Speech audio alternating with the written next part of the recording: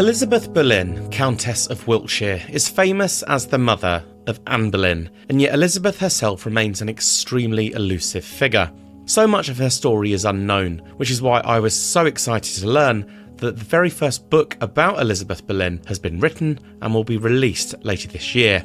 I'm thrilled to say that the book's author, Sophie Bacchus Waterman, is this week's podcast guest. She joins me to discuss this fascinating but hugely overlooked figure. And although much still remains unknown, Sophie has discovered some new insights which do help us to piece together something of who this woman was, from her early life to where she grew up to the important role that she played in her daughter's short-lived reign as Queen of England. So join Sophie and I as we explore the life of this remarkable woman, the mother of England's most infamous Queen Consort.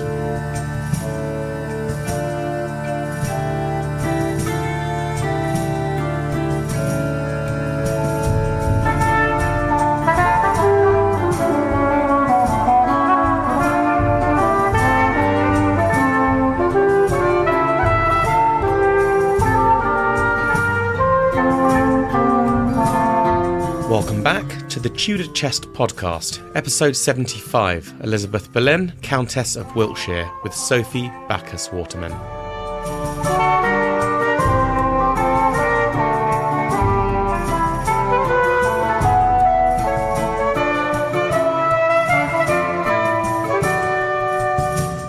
Welcome to the Tudor Chest podcast, Sophie Bacchus Waterman. How are you?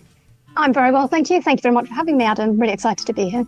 Thank you. I'm so excited for this episode because we are here to talk about Elizabeth Boleyn, a woman who has been chronically overlooked. And the reason I'm talking to you is that you have written a book about her, which is a first, which is obviously incredibly exciting. Yes. Before we get into the discussion about Elizabeth, though, just a few questions to get to know you a bit better, if that's okay. Yes. So can you provide me with a short introduction into your background, so where you grew up and what you now do full time? Yes, so I grew up in Tunbridge Wells in Kent, very near Hever Castle, actually. And one of my earliest memories was going to Hever Castle with my grandma and my sister. So it was lovely growing up around there and just being local to somewhere with so much history like that. It was great. I did a BA in creative writing at the University of Bedfordshire in Luton before switching interests to history and did a master's in the history of the book at the School of Advanced Study in London.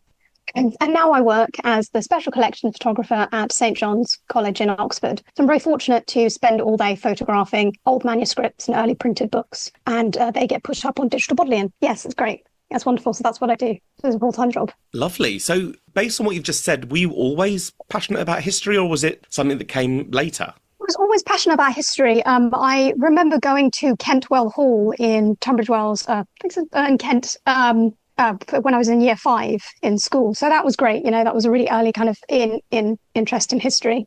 Saw the Tudors when that came out, you know, and obviously fell in love with that. Natalie Dormer, Anne Boleyn. That's a lot of people's gateway, I think, into history. But it wasn't a career path for me until very recently. When I was looking to do my master's, which would have been in 2018 or 19, I wanted to work with old documents, you know, old books, things like that, and kind of get into that path. But I didn't know how, which is why I did the master's. So it was a later interest in terms of a career direction, but always wanted to work in libraries and that sort of thing, and then kind of veered into history later. Nice. So quite similar to me in some respects, because I came to history it's always been my passion, but I came to it much later as a career. Well, controversially, I don't like Natalie Dormer as Anne Boleyn. I know I'm rare in that. But I think it's because the Tudors wasn't my gateway drug. My gateway drug was Anne of 1,000 Days. So just for me, Geneviève Bujold is the Anne Boleyn, and I don't get the Natalie Dormer hype, but to each their own. You almost said Claire Foy. Do you get the Claire Foy hype? Or Paul? Absolutely. Yes. I think she was incredible. Yeah. But I know a lot of people don't like her as Anne Boleyn, and I see why. But I thought she was magnificent. Me too. I think, you know, for a lot of people, your first Anne is probably the one that it's kind of like your first Doctor, isn't it, in Doctor Who? The first Anne is the one that you say, that's the best one. I think that seems to be the way for a lot of people. And for a lot of people, it was Natalie Dormer, but I can see why. Yeah, some people don't like it. Yeah, I mean, I think I felt she overacted quite a lot. I didn't think there was much nuance to it. With Claire Foy, I totally get why people struggle with that performance, but I think the thing she conveyed that no other interpretation of Anne Boleyn actually, I think, has conveyed, at least in my opinion, was the extreme uncertainty that I think Anne Boleyn must have felt basically all of the time. Yes. And that her bad behaviour, Yeah. because she is quite unkind in Wolf Hall, but it's it's propelled by this intense uncertainty about absolutely. her future. And I think Claire Foy does that beautifully. And it's not something I've seen in the other performances. Yeah, and I think that's why some people don't necessarily like it, because Anne isn't as nice in that one. She doesn't seem like someone that you'd maybe get on with. And also bearing in mind that it's Cromwell's perspective as well. So that's going to change things. It's his Anne. And again, people don't spot that. So if you could pick a single moment from history to go back and witness, what would it be? Anne Boleyn's coronation, definitely. Just because... Same as me. Really? Yeah, I think it's quite a common one, isn't it? Just because, writing about it for the book and thinking that it's such a day of triumph, there must have been just an incredible atmosphere, the beautiful clothes, the amazing pageantry. Just, it's one thing to read about it and try and write about it, but it would be just incredible to see that. That does come up a lot as people's answers, I must admit. And for me, a big part of the reason I would love to see it is to also just, during the church service, during the coronation, to look around and go and figure out, could I recognise anyone based on portraits? I think that would be so fun. Yes, that would be so fun. Yeah, that's a nice idea. I hadn't considered that. So is there a Tudor misconception that you'd love to change? The idea that everything was dirty and brown, dark. The idea that the Middle Ages, the early modern period, was this dark, dull time where everything was grey and brown and drab. Working with the manuscripts that I do, some of the illuminations and the gold leaf in them are just incredible.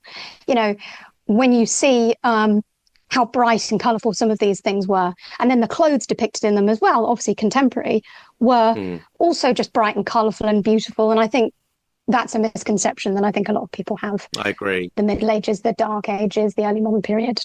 That's something that bothers me. So, as we've discussed, you're here today to talk about the life of Elizabeth Boleyn, Countess of Wiltshire. You've written first book, I believe, that's ever been written about Elizabeth Boleyn. Yes, so I'm careful to specify. It is the first solo biography written about Elizabeth. She does make an appearance in particularly Elizabeth Norton's work. She wrote The Boleyn Women, and also another one, The Private Lives of Tudor Women, I think it's called. And she mentions Elizabeth Boleyn in that. But in terms of a solo narrative biography following the life of Elizabeth Boleyn, it is the first. Amazing. So you've probably heard this a million times, but whenever I've mentioned to people, oh, by the way, there's a book about Elizabeth Boleyn coming out, the first thing people say to me is, well, is there enough to go on? Is there enough available? So that suggests that for a lot of people, we think that there's big parts of Elizabeth's story that's missing. Why do you think that is? Because it's true. There absolutely are big parts of Elizabeth's story that are missing. And I always stress when I talk about this, I've not found a trove of new documents. There are a couple of new documents, or at least overlooked documents, but it's not like I found a bunch of letters, written by Elizabeth Boleyn or even to her or anything like that. I think that the problem that a lot of historians have had with researching Elizabeth or talking about her or even attempting something like this is because it takes a slightly different, you need to take a slightly different approach in order to do it. So before even approaching the history press, who are going to be the publishers, I basically put together a timeline and thought, what can I do? What is there that's easily available? Looking at easily available sources like letters and papers, chronicles, letters, things like that, just before doing proper deep dive research, just to see what's out there.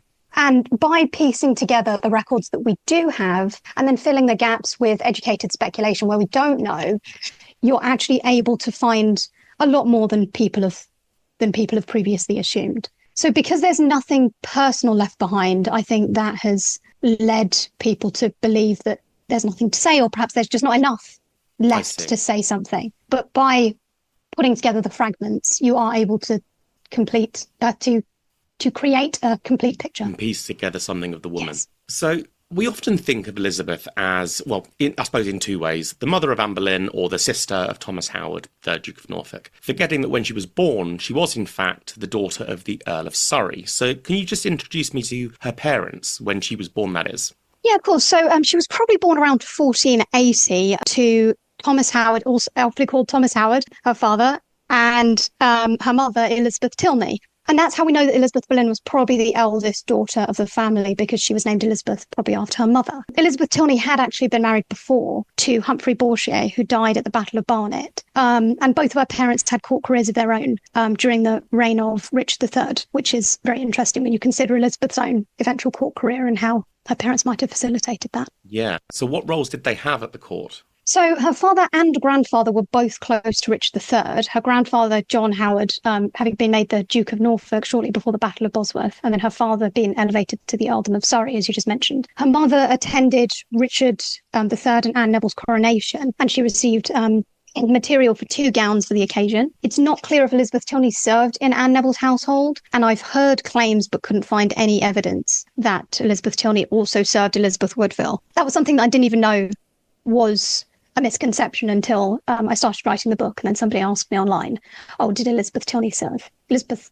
Woodville? And I haven't found any evidence of that. So they did have positions at court, and they did have roles there. You mentioned a moment ago that we can estimate that Elizabeth was born around 1480. Do we have any sense on where she was born and where she grew up? Probably Ashwellthorpe Manor in Norfolk, which was the Howard property.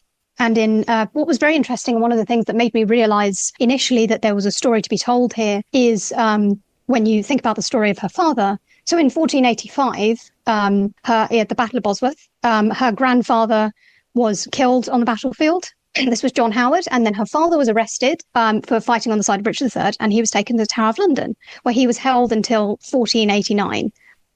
And then we know from a letter written by Elizabeth Tilney to John Paston that King's men came to Ashwellthorpe Manor to seize the property because Thomas Howard had been arrested.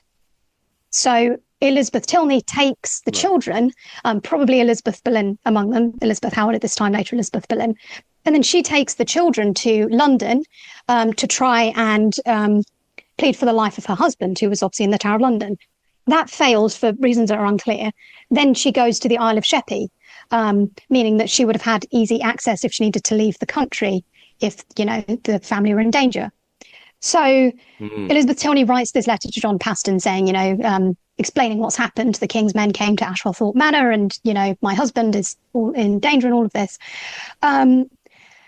Nothing comes of it. It's kind of unclear what happens, but essentially Thomas Howard Senior, this being Elizabeth Boleyn's father, was pardoned in 1486 and then released in 1489. Off the top of my head, I can't remember why he was held for so long in the Tower of London, but that's essentially what happened. So nothing comes of it. But when I found that out, that event, how one of Elizabeth Boleyn's earliest memories would have been leaving the family's property and going to London and onto the Isle of Sheppey, she would have probably been about 5 years old if we assumed she was born in 1480. That made me realise there is a story to tell. That's a really interesting start, for someone so young.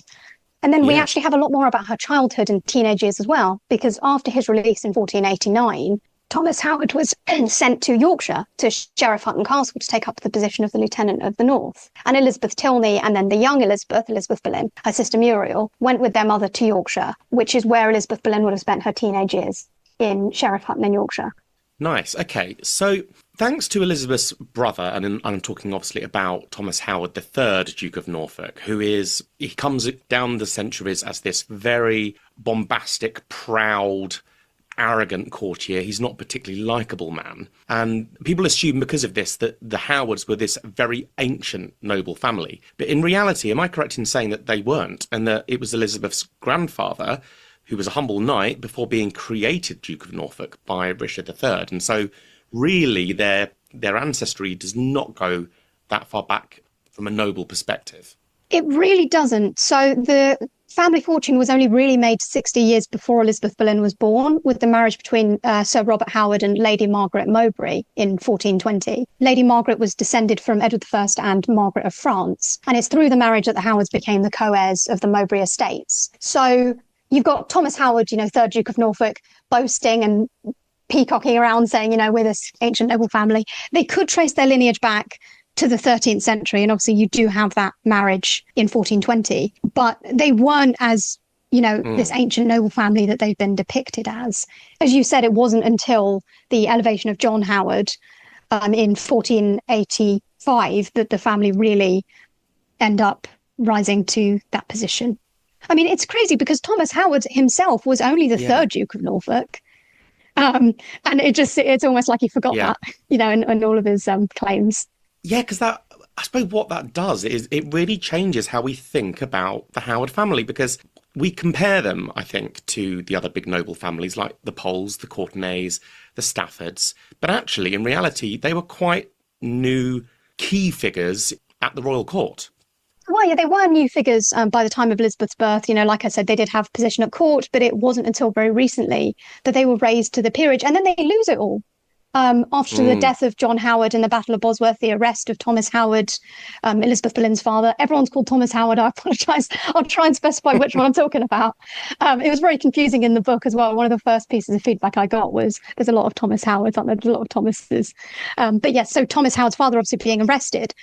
So they did, have this brief step into quite a high position and then lost it all. Yeah. So they were very new key figures in royal circles. Absolutely. Yeah, it was a very recent ascension for them. Yeah. Do you think this explains why the Howards essentially, well, they're kind of owed all of their wealth and success really to royal favour, and that therefore that's kind of maybe an indication as to why they didn't marry into the much older families that I referenced a moment ago? Yeah, I think that it does explain why they owed their wealth and success to the monarch simply because of Henry VII's wiliness, if you like. So after the release of Thomas Howard Senior from the Tower of London, when Henry VII places him in Yorkshire as the Lieutenant of North, what that essentially does is it keeps Thomas Howard Senior under his financial control, and it stops the Howards from becoming, grander or and it's not until 1513 that the peerage is actually restored to Thomas Howard Senior. And that's when Thomas Howard, later 3rd Duke of Norfolk, becomes the Earl of Surrey, and then Thomas Howard Senior gets restored back to the dukedom in February 1514 if I said 1513, I meant to say 1514, February 1514 is when that happens. So the family owe their success and wealth to both the monarchs, Henry VII and Henry VIII, definitely. So around 1500, when Elizabeth would have been approximately 20, she marries Thomas Boleyn. Now, this marriage is often presented as being very advantageous for the Boleyn family, but maybe not necessarily for Elizabeth directly. Would you say that is true, or is that something that sort of history has got wrong? I think that's true. The Boleyns were definitely on the rise at the time of the marriage. So I don't think it's as terrible as a match as perhaps it's sometimes made out to be. If you think about the Boleyns being on the ascension and Thomas Boleyn being his father's heir, set to inherit all of his father's considerable estates upon his death, and then the Howards, who were recently on the downward trajectory after their recent loss in status. So it was perhaps more evenly matched than it would have been had, say, Richard III won the Battle of Bosworth and the Howards hadn't taken the fall after that. And because they were roughly the same age as well, that would have been advantageous. They might have known each other from court. So in some ways, it wasn't advantageous for the Howard family as a whole. But for Elizabeth directly, she definitely could have made a worse match than Thomas Boleyn. And I think the different social stratas has perhaps been overemphasised when you consider where the Howards were at that point. Yeah, and I suppose to reference what we were discussing a moment ago, the fact that they don't have this ancient noble lineage, I suppose, balances it out somewhat. So do we have any accounts of what Elizabeth thought about the marriage, and by extension of that, where the marriage took place? Unfortunately, we have no idea how she felt about the marriage. I'm going to say that a lot during this conversation. We don't know. We have to assume. We don't know. Given the social divide, it's possible that it was a love match that might have been bridged by that, which is, always nice to imagine. But we just don't have the sources. We don't even know when it took place. In the book, I do speculate a narrower window of time that has been previously suggested. It's usually suggested quite a broad range between 1498 and 1500. But I do suggest a slightly more specific window of time based on when the Howard family came back from Sheriff Hutton Castle. And then we have an end date. They can't have been married later than 1501 because that's when Elizabeth Jointure's settled on her. So there's a slightly more specific window than I think has been previously assumed.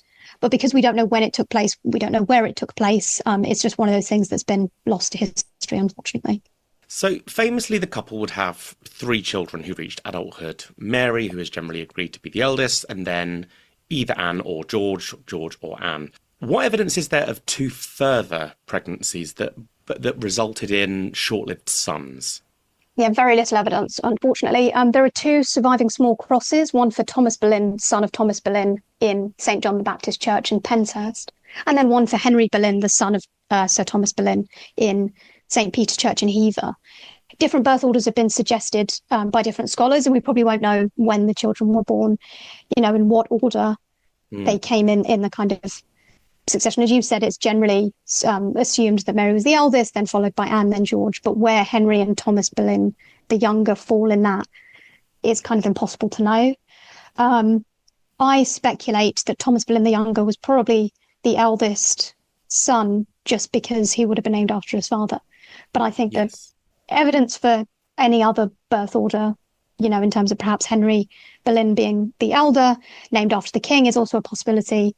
We just don't know. And I think it's very sad that we have just that tiny piece of evidence for these two pregnancies and then losses in those small crosses. So it's literally based on the fact that these burials exist. That's kind of all we know. That's all we know. That is all we have. That is all we know. I wasn't able to find anything else. I know that a couple of years ago there was some, I was going to say controversy, drama around a theory that was put forward that possibly Thomas Boleyn the younger and Henry Boleyn survived to adulthood. I don't know why that was put forward as a theory, and I don't want to, name anyone or anything, but I think it was widely believed that was not likely, just based on the size of the crosses. I mean, anyone can Google pictures; they're very small, and probably for a child. That might have stemmed from, there's a book series, the Marquis House trilogy, but it is largely historically fictional.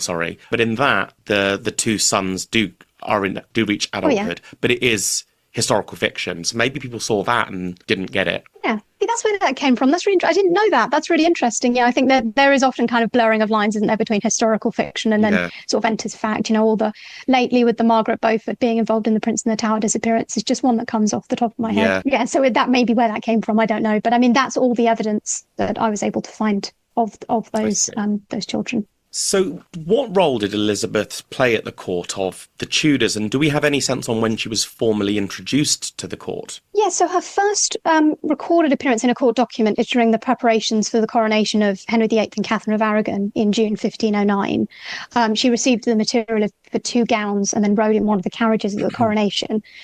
A common misconception, and one of the things that also drove me to write my book in the first place, was the fact that it's often stated that Elizabeth Boleyn served in the household of Elizabeth of York. And I couldn't find any evidence of her at Henry VII's court. And what's very interesting is when you see that claim in a lot of secondary sources, that it's never cited. And so one of the first things that led me to write the biography was I wanted to know, to answer that question, did she serve Elizabeth of York? And I couldn't find any evidence of her. Her younger sister Muriel was at court during Henry VII's reign. So, for example, she appears at Elizabeth of York's funeral in February 1503, but I wasn't able to find any evidence of Elizabeth Boleyn. So it seems that she started serving at court, as I say, in June 1509. And it's difficult to ascertain her exact role due to scant surviving evidence. There's a Lady Boleyn mentioned among Catherine's ladies throughout Henry VIII's early reign. She appears in household lists and New Year's gift rolls, for example. And in the book, I go into detail about why we know that is Elizabeth Boleyn and not, say, for example, Anne Tempest Boleyn, the wife of Edward Boleyn, one of Thomas Boleyn's brothers. So we know that Lady Boleyn is Elizabeth. And so she was among Catherine of Aragon's ladies, and it's likely that she was an ordinary service. So that is to say that she lived at court instead of just attending important events, because she's recorded as being entitled to breakfast at court in surviving household list of October 1519.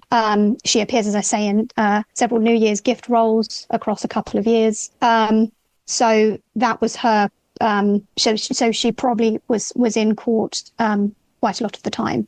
And then as a member of the Queen's retinue, that kind of just involves the typical lady-in-waiting things, attending jousts, keeping company in the Privy Chamber, entertaining ambassadors, embroidery, dancing, playing cards, that sort of thing. And one of the ways I was able to write this book is by, when you realise that Elizabeth Boleyn served Catherine of Aragon in her household, that then opens up a huge period of time to write about, because then you look for Catherine and her ladies, and wherever they were, there was Elizabeth Boleyn. Even if she's not mentioned by name, that's how you fill that gap. So that was a very exciting development early on in the book, when I realised that you fill that gap by placing Elizabeth with the ladies where they were.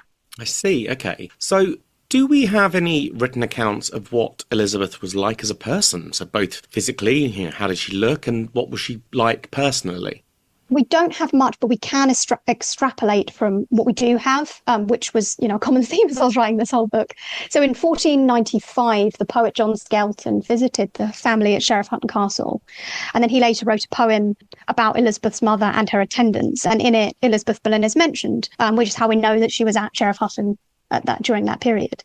So Skelton describes her as, and I'm going to read a quote, freshly imbued with many a goodly sort of womanly features, of a flourishing and tender age, and pleasant, demure, and sage. So you've got some poetic license there, but you could infer that Elizabeth was probably very beautiful. She did go on to have a long court career, a prerequisite of which was beauty. She probably had dark brown eyes, which was a Howard family trait. But beyond that, because we don't have any contemporary depictions of her, can't say any more than that.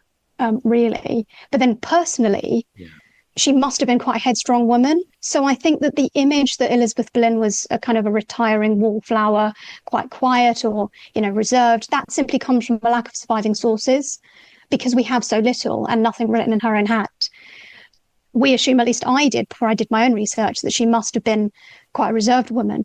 But she was a Howard and a Boleyn, both families known for producing strong figures. Anne Boleyn obviously held her in great regard. She mentioned her love for her mother on multiple occasions, particularly off the top of my head in a letter to her friend Bridget Wingfield. And it was noted by an ambassador that Anne didn't want to leave her mother in Kent during the King's Great Matter. So Anne relied on her mother greatly during that period. If you remember that Elizabeth Boleyn was at Hever from around 1522. The last record of her in Catherine of Aragon's service that I could find was from that year, which suggests that Elizabeth Boleyn was a strong-willed individual who Anne relied on. I think you have to have been a particularly a powerhouse of a woman for Anne Boleyn to look up to in the way. And some of that could be put down to the fact that Anne is her daughter. But the fact that we have that evidence at all, I think, is quite telling. And our only record of speech of Elizabeth comes from a 1528 letter from Thomas Heneage to Thomas Wolsey, where Elizabeth and Anne stop Heneage. And then Elizabeth says that Wolsey had promised her a morsel of tunny, that is to say tuna, that he hadn't delivered, and that she'd followed this up with one of Wolsey's servants and was now bringing it up to Heneage. And it doesn't sound like much, but as a scene, it's very informative because you've got Elizabeth and Anne in each other's company as they always were in the 1520s. You've got Elizabeth acting as Anne's chaperone, but also speaking up on Anne's behalf and also her own behalf. We're not getting the respect we deserve from Wolsey. Yeah. And the fact that that's all we have of Elizabeth's speech directly, I think tells us a lot. It's probably just due to a lack of surviving sources that we think of Elizabeth as quite a quiet, person. But I think that when you actually look directly at her and for evidence, there is a lot to suggest that she was very much a Howard and a Boleyn in her attitudes. And a lack of evidence doesn't define the personality of someone. You just can't base it on that. Completely. Yeah, absolutely. I think that on the one hand, you can't extrapolate too much from little. I think about Mary Boleyn being considered as a romantic figure when all we have really is the letter to Thomas Cromwell that suggests that. So I think that much can be made out of very little, which can necessarily be a bad thing, or can sometimes be a bad thing. But also when you have very little, then you can piece together, I think, a lot more. And as you say, absence of evidence is not evidence of absence, I think, which was a running theme throughout the entirety of writing this book. Yeah. On the subject of Mary Boleyn, she would famously have a short-lived, what we assume to be a relatively short-lived affair with Henry VIII. Do we have any sense on how Elizabeth felt about this? This is one of those questions where I'm going to have to say we don't know. I wish that we did. I wish we knew. I wish we had evidence. You don't sound surprised. Because we know so little about the affair itself, then we can't even know how Elizabeth felt about it. We can assume that if she knew about it, and I'd imagine that she probably did, because it seems to have been quite common knowledge, certainly by the mid-1530s, then she wouldn't have been pleased about it, considering the fact that Mary's affair was so closely tied to rumours of Elizabeth's own affair with the king, which is one of the few things that people do mention when they talk about Elizabeth Boleyn, and it drives me crazy. One of the few things that does come up in secondary sources when you read about Elizabeth Boleyn is she might have had an affair with Henry VIII, probably not. And that was a rumour that circulated briefly during Elizabeth's lifetime and then had a much more pernicious afterlife after her death.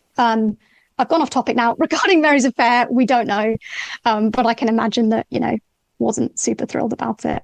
Yeah, I have to admit, I'm not a massive fan, for obvious reasons, of the other Boleyn girl, both the book and the film.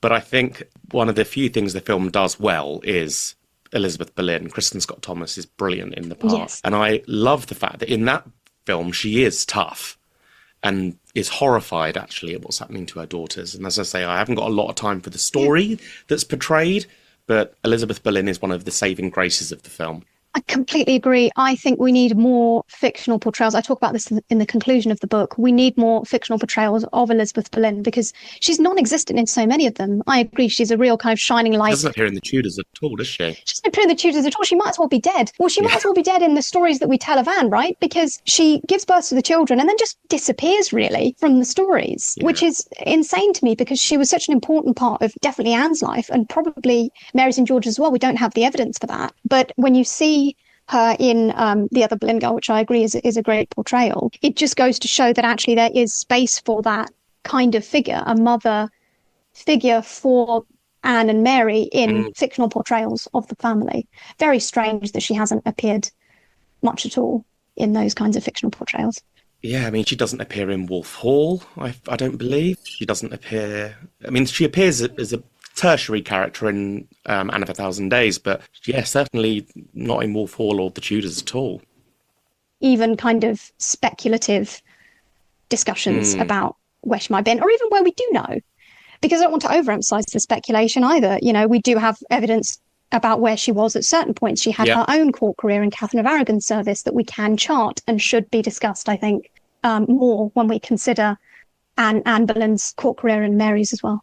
So once all of the attention lands firmly on Anne Boleyn as King Henry VIII's intended second wife, how does Elizabeth's life change? And I suspect this is going to be a question that you can't answer, but was she involved in helping to get Anne onto the throne in the way that her brother, her husband and her son all played a role in the great matter? Did Elizabeth in any way, or do we just not know? So we don't know, but I think there is more to say than that. So she was at Hever when Henry's love letters were being sent to Anne, often by George, who was the courier often for those letters. And I think it was Julia Fox and John Guy who suggest in their recent biography of Anne that the Boleyns were operating on three fronts during the courtship. So you've got Thomas Boleyn, who was often at court, George Boleyn as a go-between, and then Anne at home. What they failed to mention is that Elizabeth was also at home, also at Hever during that time. And she is actually mentioned in one of Henry's love letters. And I've got the quote right here where he says, "I have been told that the opinion in which I left you is totally changed and that you would not come to court either with your mother if you could or in any other matter." So you could read that several ways. You could read that saying that Anne doesn't want to go to court with her mother, or is it that Elizabeth is advising Anne to stay away? We don't know, but it's interesting to speculate that she's mentioned at all.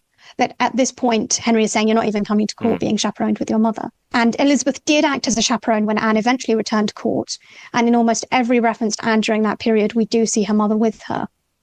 And it's because of the types of records that have survived, that is to say, ambassadors' dispatches, letters, court records, that any involvement that Elizabeth Boleyn did have in the great matter wasn't recorded. If they were having conversations behind closed doors or in Hever, then we just don't know. There is no record of them. Because they were often together, it's not like we have letters or anything like that. We don't have any letters of Elizabeth, but, the kind of evidence that would have left a mark on the record simply doesn't survive.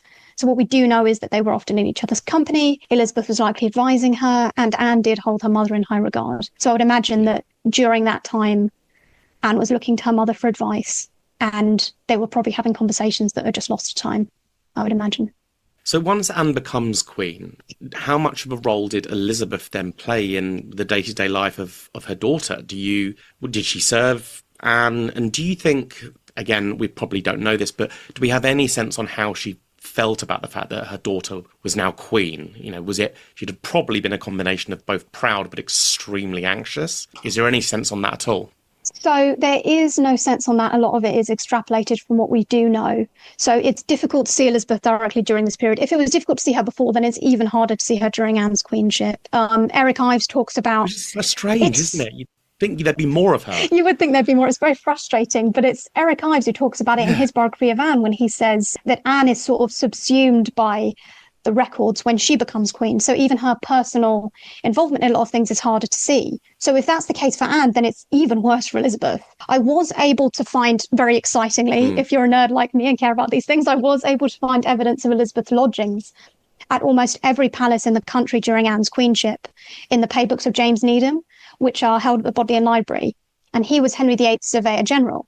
And there are payments throughout Anne's queenship referring to repairs to the Queen Mother's chamber, which is really exciting because that's in all of the palaces. And so that suggests that she was more present at court than has previously been assumed. You know, they're appearing throughout.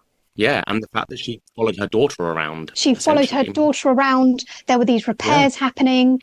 You've got mentions, there's one particular mention, and I think there'll be an image of this in the book, of repairs to the stairs on the Queen's side, that is, say, the Queen's side of court, to the Queen Mother's chamber. And that just kind of, you can very clearly visualize this staircase, or at least, you know, the staircase in the window. And I was doing it when I was writing, and then Elizabeth Boleyn's chambers and the window that's described as being repaired. So that was really exciting to find details of her lodgings at various palaces. And in a lot of the research, so that's kind of concrete evidence, but then in a lot of the research I did need to make educated guesses as to Elizabeth's role in this period. So she was present at Anne's coronation, and then we can assume that she attended Anne during her pregnancies, that we don't have any direct evidence for that. We do know that she was involved in the appointment of ladies in Anne's household.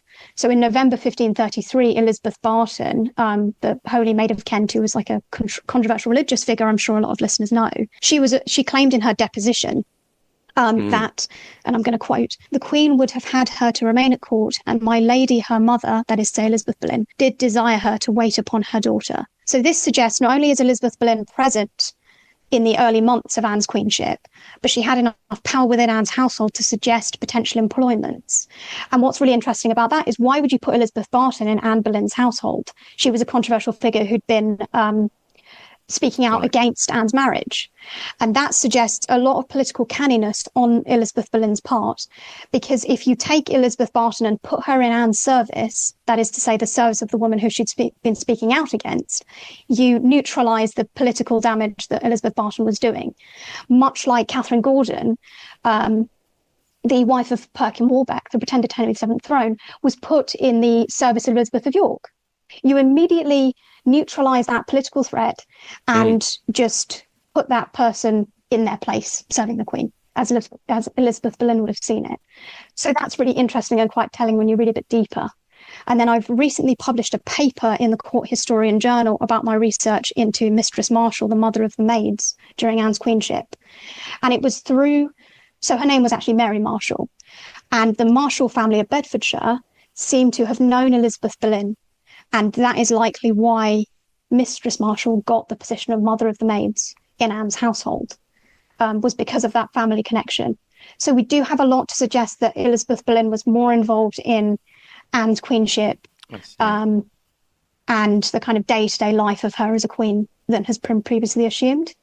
But then I think a lot of the evidence that has been lost, like I say, conversations and things that are happening behind closed doors. And I think that because of Elizabeth Boleyn's own long service to Catherine of Aragon, if we assume that it started in 1509 and then seems to have ended around 1522, at least that's the last recorded appearance that I can find of her in Catherine's service, that means that she had a very long court service of her own, so she would have been able to offer a lot of advice to Anne during this time. So that meant that she was very helpful to Anne, and she was probably very proud to have Anne in. And it must have been very strange for Elizabeth as well, if you think the fact that she'd served Catherine of Aragon only to see Anne in the position that Catherine once was. But because she'd known Catherine in the position of queen, it must also have been very anxiety-inducing, and particularly when you think about one of her earliest memories being the fall of her father after the Battle of Bosworth. So she knew, Elizabeth that is, how quickly fortune could change. So she was probably very anxious about Anne as well, because she was so close to these situations where people's positions had changed so drastically for the worse. I see. Okay. So what do we know of the relationship between Elizabeth and her son-in-law, Henry VIII? As often, very little, unfortunately. So we have a lot of, that's a common theme throughout this. We do have a lot of evidence of Elizabeth Boleyn. As I say, a lot of the evidence I used for her career in Catherine of Aragon's household early on was her being gifted New Year's gifts in her capacity as one of Catherine's ladies. And then years later, she gave Henry a couple of New Year's gifts, some embroidered items. I'd like to think that she was good at embroidery. It just seems like a nice, there's no real direct evidence of that other than the fact she did gift Henry these embroidered items. So that's quite nice. Outside of that, there's next to nothing. As I mentioned earlier, there were rumours in the 1530s that Henry had an affair with Elizabeth. But then when he was questioned about that, he famously said, never with the mother. And beyond that, we can only speculate that they, I'd imagine, probably had a cordial relationship until everything fell apart, but we just know very little, unfortunately. Yes, and that brings me on to the next question, which is obviously in May 1536, the Boleyn family suffer their colossal fall. As is often, this seems to be the case, Elizabeth feels very absent from what happened. It feels like we basically know nothing of how she felt about it, whether she became involved in trying to clear her children's names. Is there anything about that we can say about Elizabeth during this horrific time? I think we can. I was nervous about writing this in the book because, I was doing research right up until the end. I was basically kind of laying track as I was writing and researching it almost at the same time. And like you, and like I'm sure a lot of listeners, there can't be anything to say, right? We know nothing about what she was doing at that point. I guess I'm going to have to just speculate. But then in a letter written to Lady Lisle, Thomas Worley wrote this is the 14th of April, 1536. This day, my lady, the Countess of Wiltshire, asked me when I heard from your ladyship. So Elizabeth Boleyn was at court as late as the 14th of April, 1536, which is just over 2 weeks before Anne and George were arrested. And we don't know if she was there on the day of the arrest, but given Anne's recent miscarriage at the time, and given that George was competing in the May Day joust, and the general tense atmosphere probably around court at that time, it seems probable to suggest that Elizabeth was at court between the 14th of April and the 2nd of May when Anne and George were arrested. This is speculation. I can only date her for definite as late as the 14th of April. But to me, it seems unlikely that she would have left. I don't see why she would have done in that 2-week period. We also know that Thomas Boleyn was at court on the morning of Anne's arrest, which is something that I didn't know until I started to do my own research, because Kingston tells Anne that he saw her father that morning when she asks him where her father is when she's arrested and taken to the Tower of London. So it seems likely to me that both Thomas and Elizabeth were at court on the 2nd of May and that they then left soon after their children were arrested. And we do know frustratingly little about their actions and whereabouts during this period. If Elizabeth did petition or if Thomas petitioned for their children's lives, we don't have the evidence, doesn't survive.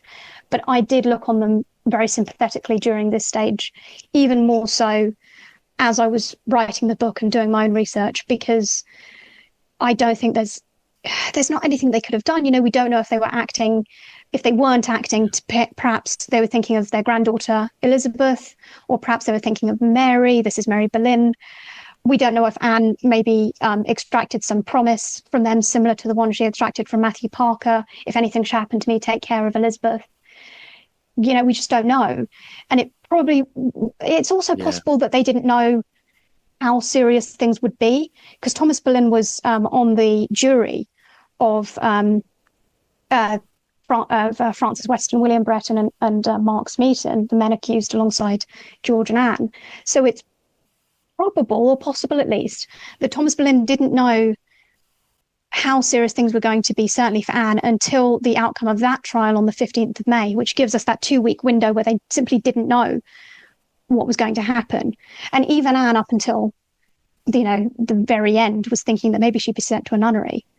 So it's possible that they didn't know the severity of the situation. Everything happened so fast and was so dramatic that I think the histories judged them quite unfairly. And I suggest in the book, Eustace Chapuis claims that he heard a rumour, I think it is, that Thomas Boleyn wanted to be on the jury of his children. And when I read that, again, something I didn't know when I was reading around this period, it's not something I'd heard before or heard a lot of historians discuss. And I sat with that and thought, why would you want to be on the jury of your own children when you know at that point that George and Anne are probably going to be executed at this stage? You know what's happened to Weston, Brereton and Smeaton. Obviously, the odds were against, people placing bets that maybe George wouldn't. But I think that it's probable that Thomas wanted to be on the jury for his children at that point because he knew that it was the last time that he would see them, possibly. And I realise we're talking about Thomas here, not Elizabeth, simply because the evidence doesn't survive. Yeah. But for Elizabeth. But I think that they have both been, certainly Thomas, unfairly villainised for their actions at this time. And I think that really there was just very little they could have done. And perhaps they did more and we just don't have the evidence. All of this to say, I speak more in the book at this period about Thomas simply because we don't know. It seems like Elizabeth Boleyn left. If we assume she was still there on the 2nd of May, then she would have left with Thomas. Yeah. And then they seem to have sequestered themselves away while this was all going on. Yes, so obviously following the execution of Anne and George Boleyn in May, you can't help but assume that this just completely breaks Elizabeth's spirit. So what do we know of her immediate, the immediate aftermath of her children's execution? Did she just sort of retire back to Hever and mourn, I suppose? She seems to have retired back to Hever, so we know, as always, very little. But when you think about it from an emotive perspective and from an educated guess perspective, if you like, she lost 2 of her children and she also lost a son. So that goes that's the end of their dynasty. Any children that George may have had at that point are gone. And the fall was so fast that it's impossible to see how it didn't really destroy both Thomas and Elizabeth. And we know without a doubt, and it's one of the things that we do know for certain, and it was very poignant when I realised this, one of the few things that we do know about Elizabeth for certain is that Anne loved her very dearly and held her in very high regard, cared about her deeply. And we know that thanks to Anne's own words. And so the loss for Elizabeth of Anne and George must have been terrible. And so... especially under such extremely violent circumstances as well. Violent, public, humiliating circumstances. And if you think about Thomas and Elizabeth just as these ruthless, conniving parents who didn't care about their children at all, and the idea that Thomas ruthlessly kind of pushed Mary and then Anne into the king's bed and all these assumptions. And it's interesting, actually, the Victorians have similar assumptions by Elizabeth. Some Victorian historians also blame Elizabeth for the kind of positions that Anne ended up in. And then that kind of goes away later in later historiography because people only ever blame Thomas. Anyway, even if you assume that they were those kind of cold, calculating individuals, then on a practical sense, the loss of their daughter, who was a queen, and their son, who was the future of their dynasty, would have been awful on a practical level, if nothing else. But I think that reading of them is quite outdated, and I think a lot of the historiography has changed recently. That doesn't seem to be the way people look on them anymore. It must have been devastating. Yeah, it must have been. So her final years, then, I assume, are spent at Hever. She doesn't return to court. Do we have any sense on what she was getting up to? And do we also know what she died of? I'm assuming, again, it's going to be a big fat no. So it is often claimed that she returned to court after the deaths of her children, but I don't think that she actually did. We have evidence of Thomas Boleyn there, quite a lot of evidence, actually, on and off. But he really had no choice. As a servant, to the king, he had to return. And he was writing to Thomas Cromwell. Prince Edward's christening as well. He was, yes, he was. He was at Prince Edward's christening. He was writing to Thomas Cromwell a couple of months after the deaths of his children, which just baffles me. But, I guess you do what you must. And but unlike Thomas, that is to say, there was no role for Elizabeth at court. She wasn't going to go back and serve the new Queen, Jane Seymour. There was no position for her practically. And why would you go and hang out, at that place, given what happened? There's one piece of evidence that's often cited as proof that Elizabeth went back to court, which is a letter from John Hussey to Lady Lisle in 1537. And he says, "If I might speak with my Lady Wiltshire, I will not fail to take her advice in it." Now, he's talking about the marriage of Lady Lisle's daughter, Frances. And he says that he'll take Elizabeth's advice about whether Frances would lose her status if she makes this marriage. The key word there to me is he's saying if. So if I might speak with my Lady Wiltshire, suggesting that he hasn't seen her recently, that maybe he won't see her anytime soon. He's not saying I saw her the other day, and I'll speak to her about this. Yeah, if it was I will speak to. Exactly. If it's I will speak to, that gives you more concrete evidence. So it seems likely to me that Elizabeth never went back to court. There's other evidence that's cited, but when you, as Elizabeth being at court after the deaths of her children, in a throwaway, like, Thomas and Elizabeth returned to court. But when you actually look at that citation, it only mentions Thomas. There's no mention that I could find of Elizabeth ever going back. So it seems to me that she spent the rest of her days at Hever or Penshurst, which would have kept her busy managing the family estates, and getting on with the kind of running of a household at this period. We don't have any evidence of that. Wish we did. Oh, I wish we did. That would offer us so much, but we don't have any evidence of that. But I think one thing that is particularly telling about this aftermath period is that all of Thomas's letters after Anne and George's deaths were sent from Hever, except for one in December 1536, which was sent from Penshurst. And so I speculate that perhaps Thomas and Elizabeth left Hever for their first Christmas without their children, because they would have had memories of spending previous Christmases at Hever with them.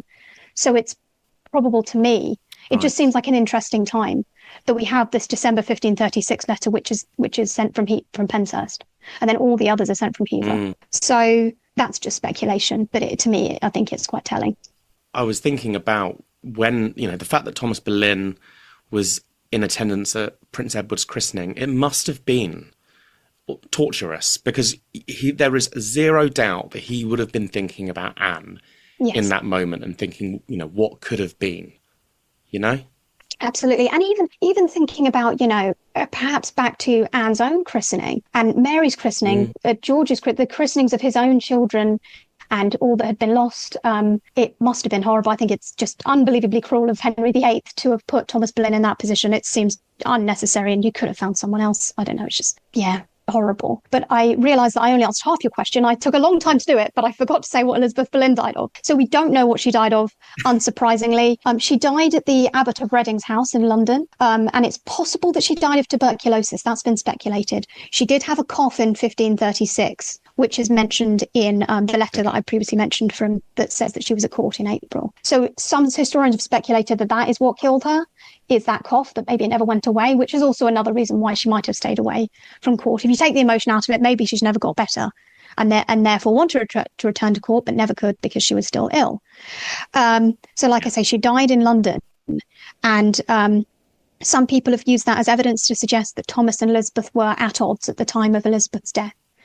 But I don't think there's any evidence of that. We don't know why she was at the Abbot of Reading's place, which was a building just on the just along the Thames. We don't know what she was doing there. We don't know if she'd been sick before. We don't know anything. I was able to find a very brief funeral account in the College of Arms, which is one of the overlooked documents that I mentioned earlier, that appears in the book. It was a very brief, very scrappy funeral account, a couple of lines long, in the College of Arms, which was quite exciting, and to find that and have a look at that and use that. So like always, we know very little. There's I believe 3 sources off the top of my head that mention her death, 2 of which are letters, one which mentions that she passed away, the other one that mentions a funeral, and then the funeral account that I found in the College of Arms. I see. Okay, so my final question is, I suppose it's a quite difficult one to answer, which is, what do you think her greatest legacy was? So I've been asked a similar question before, and I always find it quite difficult to answer, because I suppose you could say that she didn't have much of one, at least in the popular imagination. She doesn't seem to have had a legacy. But then if you think about the kind of contribution to history, if you like, then it probably would be Anne Boleyn, because of the cultural, social, historical, such and such impact that Anne has had. Then you could say that Anne is Elizabeth's legacy, and that therefore Elizabeth I is Anne's legacy, as I know a lot of people like to say that. So you could extrapolate that Elizabeth Boleyn's legacy is Anne Boleyn, which follows Elizabeth I. That would probably be it in terms of a contribution to history, is probably Anne Boleyn. But I think that maybe saying that, a woman's contribution to that she birthed who was more important than her, and if that follows on from Anne Boleyn to Elizabeth I, then I think that's quite problematic. So in terms of historical significance, it would be the birth of Anne Boleyn. But through the research that I did on the book, and by the time I finally finished it, I was able to sit there and it was done. For me, I think the legacy that I want people to think of when they think of Elizabeth Boleyn, and I hope that reading the book will bring her to life in a way that she hasn't been brought to life before. I've only mentioned even some of the research that I've done, for the book. There's so much more in there, and so many more sources, and just the conversation. I think that we know that Anne loved her very much. We know that there's a lot more that hasn't survived in terms of evidence of her life. But what I tried to do is give her it's going to sound dramatic, but I give her a legacy, bring her to life in a way that she hasn't been before. So I suppose at the moment, the greatest legacy is Anne Boleyn, but I would like to change the conversation and to say that the fact that she existed at all and the fact that she lived at all, I would like that to be the legacy. I hope that makes sense. It's a bit rambling. Yeah. And I suppose one could maybe change it in a way that her legacy could also be about the fact that, yes, she gave birth to Anne Boleyn, but actually, that based on the evidence, that there was this magnificent relationship between the two women, between mother and daughter. That's the legacy, rather than just the fact that she gave birth to her. Gave birth, yeah. That's a much nicer way of thinking about it, I think. Yeah, definitely. Yeah, there was this relationship, and we don't have much, but what we do have is very telling. So, I think that's probably the legacy, yes. Amazing. Well, thank you so much for coming on and talking to me about Elizabeth Boleyn. As I've said at the start of the episode, I've been really looking forward to this conversation because she is a figure I think most of us just don't know much about. So when can we get our hands on the book? When is it out? It's not out until October. All being well, it is out in October. I have just heard from my commissioning editor who has read it, and she said it's good, which is always reassuring to know that, when it's just you working alone in isolation, you're thinking, I hope this is good. Not just historically sound and cited correctly, but also readable and enjoyable. I've been very fortunate to have the support of so many historians who've read the draft and discussed it with me, and that's very exciting. So the book will be out in October. I am sharing every update that I possibly can on social media as I go through the process, and everyone's been very supportive. I think that you said when we were planning the podcast that Elizabeth Boleyn's been crying out for a biography, and I completely agree. I think a lot of people are very excited for it. So it's wonderful. Yeah. So for those who want to keep up to date with you and the book's progress, where can people find you on social media? You can find me on Blue Sky at Sophie B. Waterman. And that is the only social media that I have at the moment. I left Twitter a couple of months ago. I think a lot of people, mass exodus. I'm on Blue Sky. Lovely. Okay. Well, thank you again very much for coming on to the Tudor Chess podcast. And I'll be seeing you in the flesh in September because you're very kindly giving a talk about Elizabeth Boleyn at the tour that I'm running as part of Simply Tudor Tours. So I look forward to seeing you then. Yes, very much look forward to it. Thank you. Thank you for having me on. Thanks again. Thank you. That brings us to the end of this week's episode of the Tudor Chess podcast. Thank you very much for listening, and a big thank you to Sophie for coming onto the show to discuss Elizabeth Boleyn with me. In next week's show, I'll be speaking to historian Michael Hoy all about the man who regularly takes the title of Henry VIII's best friend, Charles Brandon, Duke of Suffolk. If you have any suggestions for future podcast episodes, please do reach out to me via Instagram. I would love to hear from you. Thank you again for listening to the Tudor Chess podcast, and speak soon.